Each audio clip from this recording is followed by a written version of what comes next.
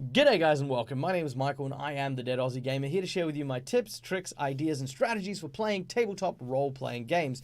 Today we're doing another class spotlight, taking a look at the Druid and how to run them in your role-playing game. So first of all, let me start by saying that Druids are my favorite 5th class. They fit into almost any role you need them to. If you want a frontline fighter, wild-shaping Druids can turn into all manner of toothy and fangy creatures. If a more direct style of combat isn't your style, well, you can always play a ranged character using an animal companion in order to try and gain some support as the animal companion fights on the front line while you take the back. Or alternatively, you can look at spellcasting with a range of abilities that can change the world around you, that can heal, that can buff your allies or even yourself and get you ready for a fight. All of these things and more make Druids the perfect class to fill in almost any role your party could use. But what are they? Where does Druids fit in the world of the narrative? For me, I think Druids are a very unique and very important class because unlike a wizard who gains their power from a book, unlike the sorcerer who gains power from blood, or even the clerics and other divine classes who gain their powers from the divine themselves, Druids are a conduit. They channel the powers of the natural world into their body and use it and wield it with such proficiency. For me, I can't help but feel like the world itself is grateful for this particular class, for these particular characters, and the bestowing of their powers is a sign, a reciprocation of that love that these characters have for their own world, and I think that's an unexplored element of the Druid. I think that's something everyone should stop and really acknowledge. Hey, I'm playing a Druid. I'm playing an animal-based Druid, someone who loves wolves. Well, yeah, as a GM, take the opportunity to make sure that the wolves of this world love that Druid back, Like it might be something simple, like they're out at camp, sitting by a campfire, your wolf companion resting beside you. In the middle of the night, you hear a howl on the wind. Everyone gets alerted. They suddenly think, oh my god, wolves are going to attack the camp in the middle of the night. Suddenly, your eyes meet the alpha. The alpha looks at you, and what you realize is that they are actually doing a patrol protecting your camp for the entire night. Little things like that don't have that mechanical value, things that just feel right, feel like the world is on your side. I think that is how Druids should be built. I think that's how Druids should be in general. So yeah, that's probably my first advice. First advice is the Druids' power, I suppose, doesn't just stop with their mechanics. The Druid's power is of the world, and you, as the GM, are that world. And yeah, express it. Express that with your player. Now, when you are going to portray your Druid, I highly recommend falling into one of 3 categories. The Warden, someone who creates a territory and is out and invested in that territory, whether it's a particular piece of land or it's a type of animal or plant. Figuring out what that is and then protecting its integrity. The second is the Hunter, someone who focuses on seeking out those who would do harm to nature and making sure that they understand the wrath of the natural world. And the last is the Hermit, someone who has their own, I suppose, feeling of being part of nature. It's not so much about them communicating with others or even protecting it. It's they and nature are one and the same, and they just simply want to be pushed to that position where they can explore this as an idea and a nature. So, how do we portray them? Well, if you're going to play a Warden character, I highly recommend know what it is you are protecting, right? If you are a wolf Druid, know a little bit about wolves. How do they behave? How do they function? What's their society like? Tons of the stuff that you can use to learn this is very reflective of what we know in the real world. For example, we know that alphas and betas are actually the male and female of a wolf pack. We know that they travel in packs and hunt in packs. They have a heightened sense of smell and use very, very coordinated attacks in order to bring down larger prey. Now, all of these things can be used to your advantage. The more you know as a player, the more that your Druid will be able to use. This could be obviously thrown in, a wrench could be thrown into this when you start looking at fantastical creatures like treants and shambling mounds and stuff like that. But generally speaking, you can get a good idea of the natural world. Like, okay, well, a treant, a pine cone treant, for example, might prefer a particular type of climate.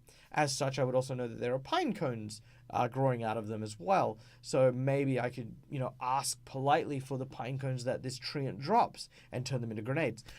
So, whatever it is you want to use, the more you know about a particular thing, that'll be your strength. Next up is the hunter. Now, the hunter is great. And I want to point out the best advice I can give for the hunter is don't just get angry.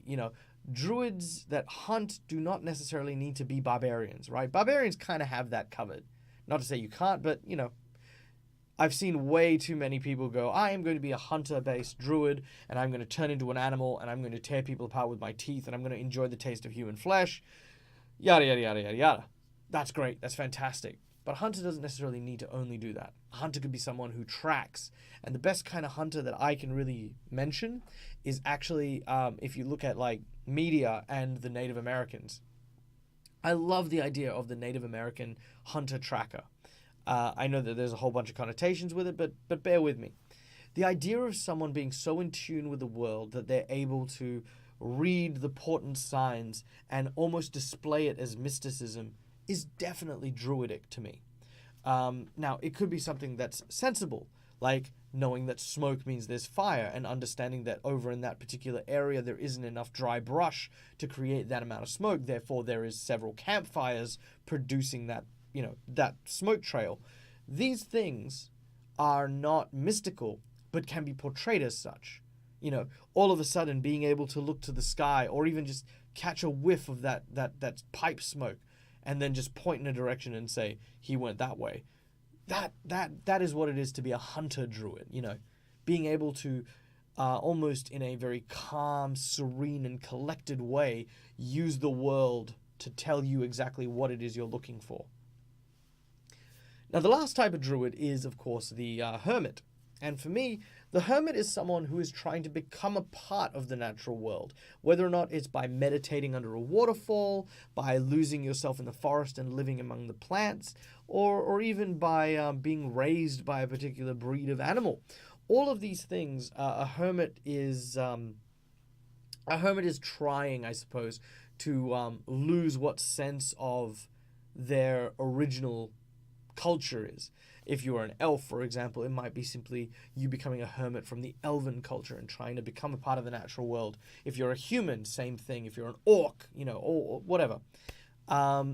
These guys are fantastic, but they don't play very well in teams. So in order to actually play this, I always recommend that playing a hermit involves you being forced to leave your comfort. Your comfort being, of course, your home, your place, your area of expertise, and needing to either find somewhere new or being chased away. Like, say, for example, you are being hunted because you are a nuisance to a new development in a forested area. So they decide to chop down the forest where you happen to live, and you need to run. Now, you can strike back against them, and say you do, and you accidentally kill the son of the foreman. Now you've suddenly got people from the cities after you, and you need to get the hell out of Dodge. Survivability is always a part of a druid's life, and that, in its essence, is why you would run away. So yeah, the hermit, the warden, and the hunter, the three different types.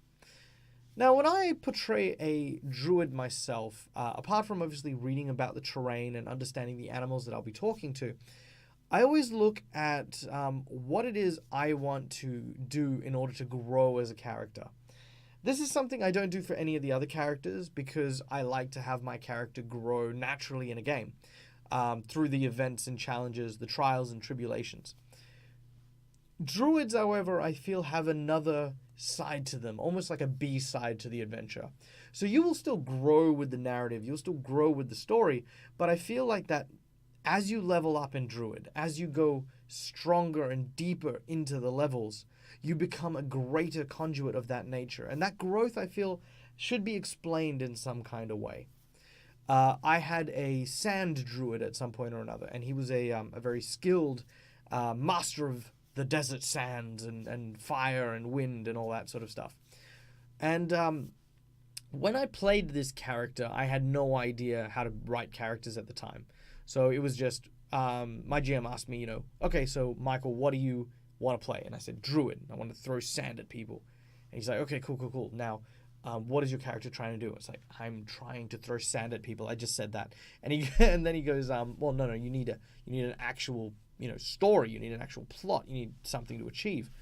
And I thought about it, and I came up with the idea that my culture, like my family, were actually a long line of servants and slaves to a very important pharaoh. Now that information has gone to the ages, and eventually it's led down to a whole bunch of traditions. And the end result is that my current family looks after this area of desert because we believe it to be sacred land, and it housing the soul or the spirit of the desert.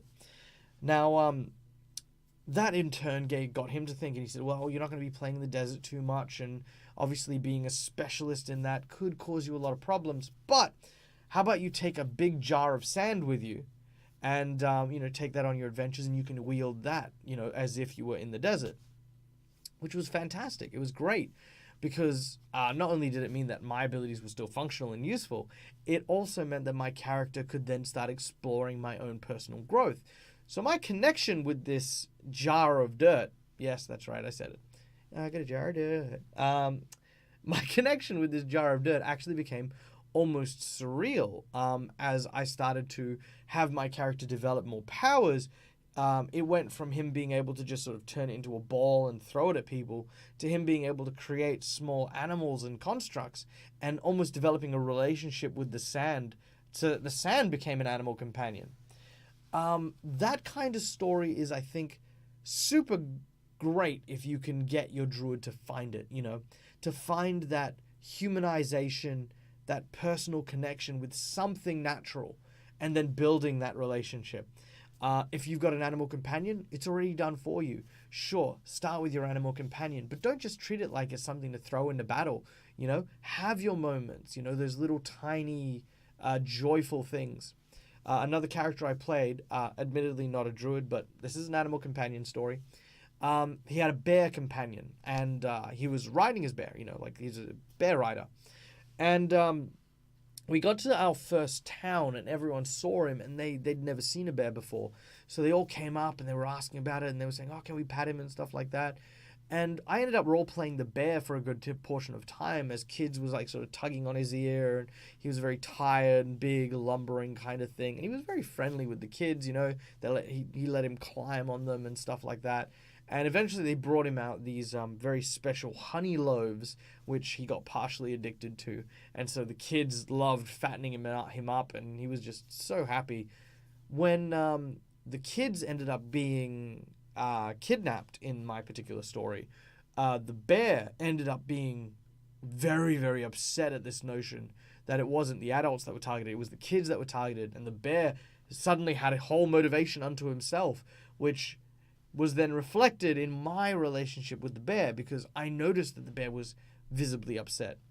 Yes, by the way, for those of you who have caught on, at this point I am role-playing with myself, but you know what?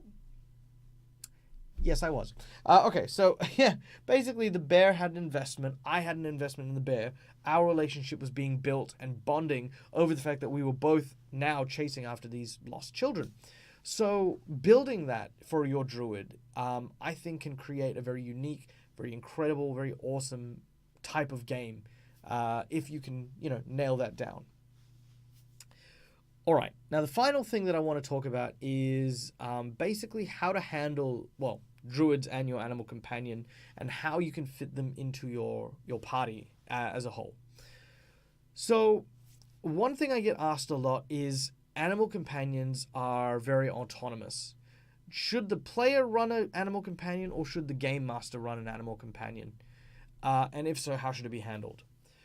Honestly, I think that it depends on the size of the table. If your table is made up of very experienced players, and there's, say, maybe 4 PCs in the group, not including animal companions and stuff, then it's not unreasonable for your game master to take control and try to embody the animal companion.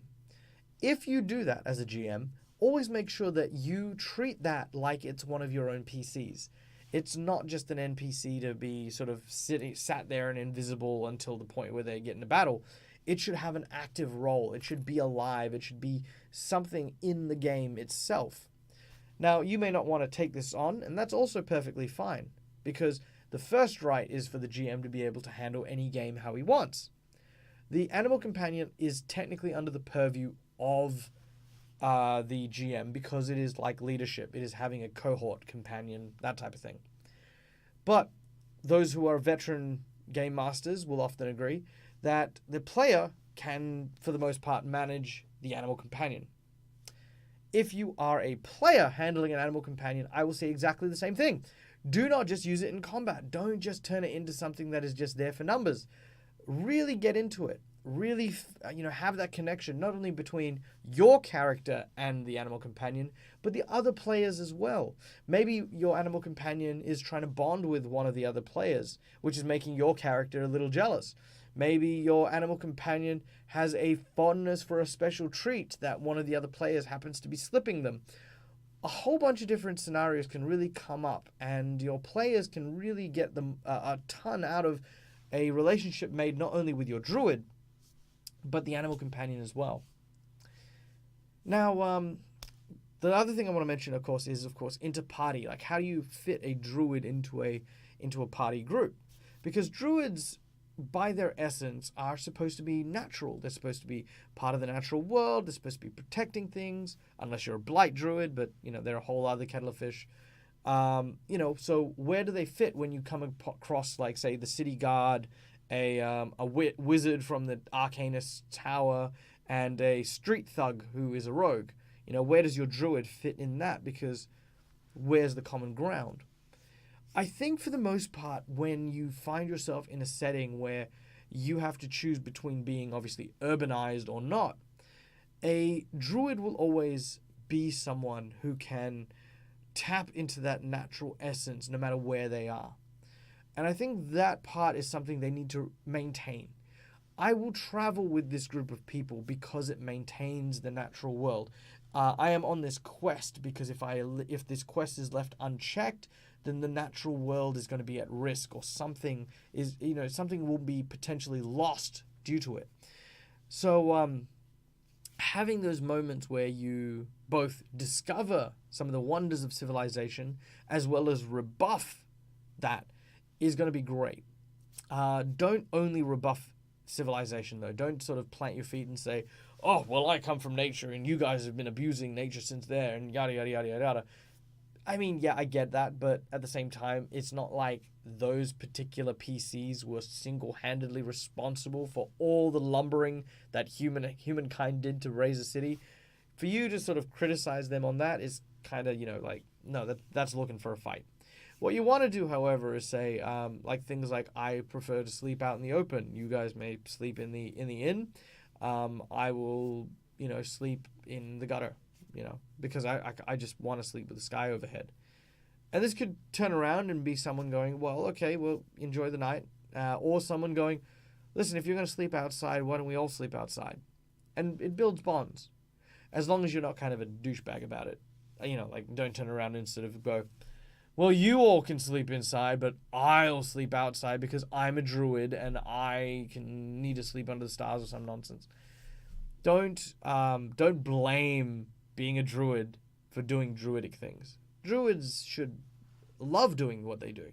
Like I said, I've always felt like there's a lot of love between the druids and nature. So, being out in the streets doesn't mean what we understand for being out in the streets. Being out in the streets for us is cold and miserable and terrible. Being cold and outside for a druid is exactly what they want. Is exactly what they love. So yes, there's that. All right, guys. In terms of vocal coaching, as we do try to do with these particular videos, druids really fit into any kind of category that you would imagine the race to be. So if it's an orc, he sounds like an orc. If he's a dwarf, he sounds like a dwarf. If he's an elf, he sounds like an elf. One thing you can do is start practicing small phrases that kind of sound elven. the Druids have a language called Druidic, which is a very secret language. And one thing I love doing whenever I'm playing them is to every now and then swear in Druidic. So I might say, Ale male fasna car. Listen, if you don't stop what carry on, whatever, right? But like just have those exclamations in that other language, because I feel like, I mean, how often does a druid come across another druid? It's a very specific scenario, so I hate the fact that Druidic doesn't really get utilized. Excuse me. So yeah, swear in Druidic. That's my advice. Also, maybe pick up languages of the Fae as well. Always good to know what they're talking about behind your back.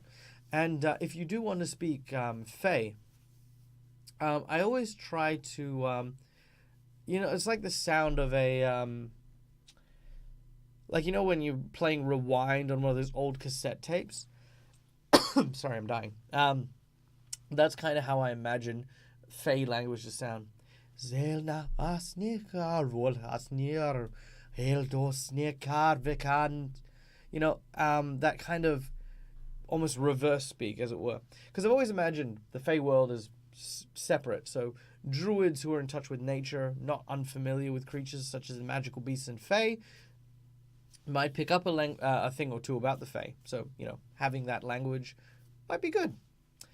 All right, guys. Well, without any further ado, thank you so much again for joining us. I hope you enjoyed this video. If you are watching it for the first time, apologies if it is late, because I was supposed to release this video yesterday. I did not, because I've been very busy over the holidays, but fear not, for 2019, we'll see a new schedule coming up for all the DeadAussieGamer videos, including the class spotlights, the character corners, the live games, which will be hopefully up soon, and the like.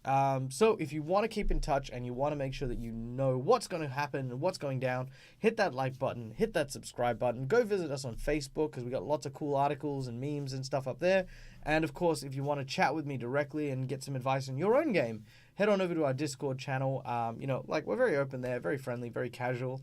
And last but certainly not least, if you want to help us out at DeadAussieGamer and, support us, head on over to our Patreon page, whereas for as little as $1 a month, which, let's face it, is like, a quarter cup of coffee in Australia, you can really make all the difference in me trying to make the channel better, giving you guys the shows that you guys want, and dedicating way more time to bringing you quality content that you guys can enjoy.